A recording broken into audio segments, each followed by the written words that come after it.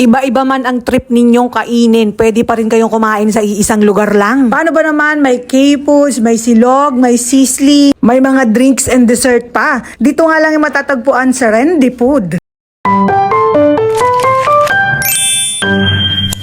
Matagal ko nang nakikita itong food house na to, lalo na kapag nagpupunta sa Skyline. Located lang yan along Quirino Highway, Barangay Gumaok East, City of San Jose del Monte, Bulacan. Sinubukan nga namin itong viral na bell pepper na merong cream cheese at Cheetos sa ibabaw. Akala ko maanghang, hindi naman pala. At in fairness naman, nagustuhan din siya nitong pamangking ko. Tinry nga rin namin itong kanilang overloaded na nachos na talaga namang hindi tinipid sa toppings at sa cheese. Ito naman kanilang croissant na seasonal lang. Yung mismong croissant pa lang masarap na. At kung K-foods naman ang trips nyo, ay meron din sila dito ng mga bimbip bowl na yan. Takoyaki na merong Korean sauce. And meron din sila na itong samgyeopsal set na hindi mo na kailangan pang magluto kasi naka-platings na siya. At ito yung pinaka naging favorite ko sa lahat ng Korean foods nila. Itong kanilang K-salad. Kaya nga no wonder kung bakit bestseller to. Habang kumakain nga kami ay marami rin kaming kasabay at marami rin nagti-take out dito. Affordable nga lang yung mga pagkain dito at grabe yung mga servings nila. Talagang mabubusog ka. Pagdating naman sa shakes at prop, must try itong Korean banana Nutella. Bago to sa panlasa ko, in fairness, hindi katulad ng mga ordinary shakes na natitikman ko. Sabi ko naman sa inyo, kompleto na dito. Kahit iba-iba ang trip ng bawat pamilya nyo or ng bawat kaibigan ninyo, pwede dito. Kahit nga itong nag-viral na pistachio na dessert ay meron din sila. Lahat nga ng dessert dito ay sila lang ang gumagawa at homemade yan. Kaya mas nakakasigurado ka talaga sa quality. Lahat yata ng nagbo-viral na pagkain, meron sila dito at worth it itry. Sa dami nga ng ino-offer nila, ewan ko na lang kung wala pa kayong magustuhan dito. Kaya naman kung naghahanap nga kayo ng bagong mapagpupudtripan,